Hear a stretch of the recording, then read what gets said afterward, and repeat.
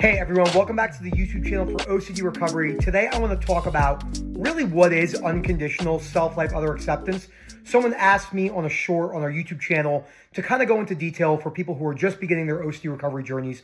What makes this different about other elements of things that you hear when you're working with well-intentioned coaches, psychologists, psychiatrists, medical doctors, spiritual leaders, and friends and family who are trying their best to give you advice, but might not understand the interworkings and the nuances of going through OCD recovery. Just like, if you read 100 books from World War II, like I always say, I don't know what it's like to storm the beaches of Normandy.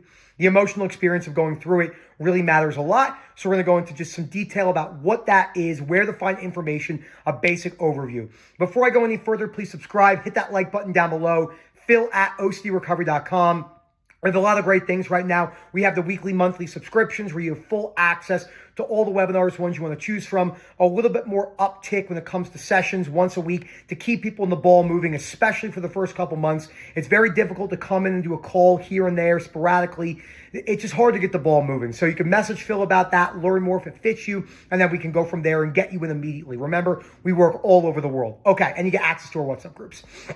So the best way to learn about unconditional acceptance is to get the books on the reading list, especially book 1 at ocdrecovery.com underneath the resource tab. Okay, so if you look at it, will come up. The books are in order of usually what we recommend to read. So book 1, How to Stubbornly Refuse to Make Yourself Miserable About Anything, Yes, Anything.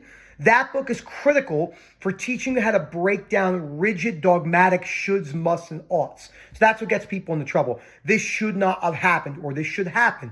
That is terrible. Catastrophizing. I can't stand it. This is the worst thing ever. And these phrases and terminology are in everyday usage, and that's what gets people into a lot of trouble, because the best way to get better at the violin is practice, practice, practice. The best way to build lower and lower frustration tolerance is practice, practice, practice. Being in line at the coffee shop, this is terrible, this is the worst thing ever. People say that doesn't matter. It does. 1 penny by itself is weightless, but I looked this up the other day. It was like, what does 10,000 pennies weigh? It was like 55 pounds. So it's like, again, 1 penny is meaningless. 10,000 pennies in the bucket, it gets really heavy. So you say, I can't stand it here. This is the worst thing. You flick someone off on the road here. You yell at your kids there. It all adds together, and now you have lower and lower frustration tolerance. Most people do not understand this, who are not inundated in the principles of REBT, Rational Motive Behavioral Therapy, which is the original CBT. A lot of CBT is watered down today. Unfortunately, it becomes talk therapy. We have to deal with that over and over and over again when people come in to see us. So you get the first book on the reading list.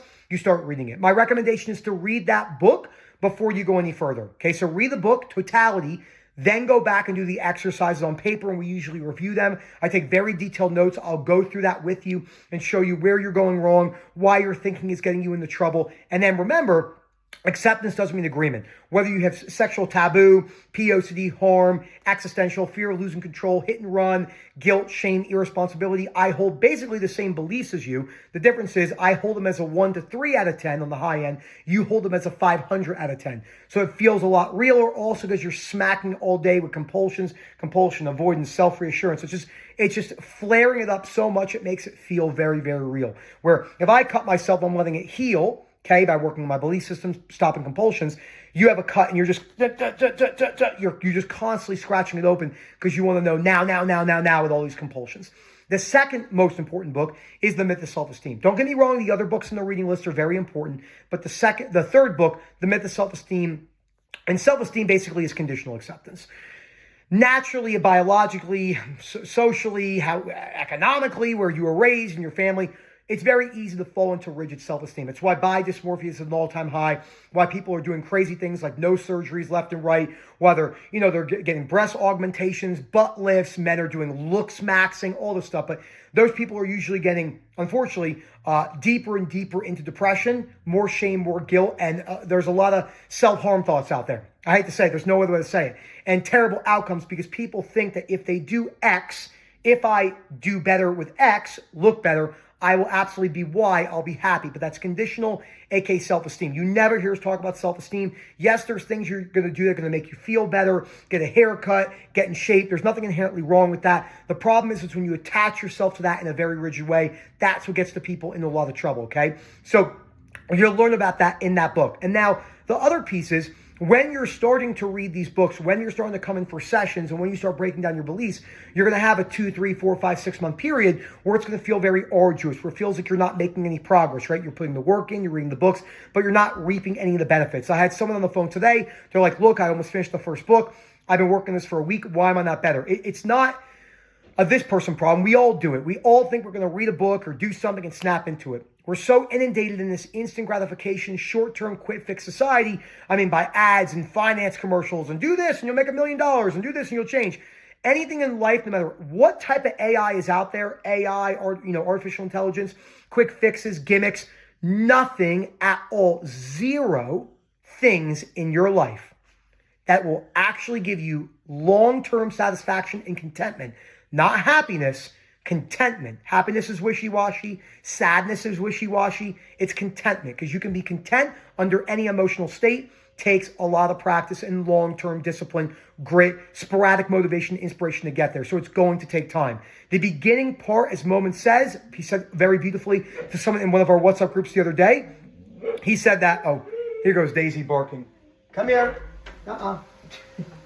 Daisy doesn't like my cleaners here. Daisy doesn't like the vacuum. She goes crazy. Again, like that being interrupted in a video, that would have drove me crazy in the past. That's why I have high frustration tolerance. I don't even feel a smidge of that go up. Now she's just staring at me. I'll show the dogs afterwards because people love looking at the dogs, Daisy and Milo. So, but when you do this, the first 6 months, as Moment said, it's not going to feel right. You're going to feel confused. Nothing's going to make sense, but you have to continue on with the process anyway. The second Friday of every January, it's actually in Wikipedia, it's called Quitter's Day. It's because people go to the gym after New Year's Eve, they have a terrible mindset and underlying foundation, then they put work in, they're like, why am I not changing? And they leave the gym. That's what gets people into trouble. So that's a good basic opening to what this is. Unconditional self-love, other acceptance. It's typically a multi-year journey to really practice it. Know if you practice it for a year, you're probably not going to be where I am, but also know you're probably not going to be where it is in your first day, right? It's a progression, peeling layers of an onion, peeling layers of an onion off instead of cracking an egg and having it all fall out. So phil@ocdrecovery.com. Let me know what you think. Please reach out. Don't have to sit in silence. You can recover, and I hope to hear from you soon.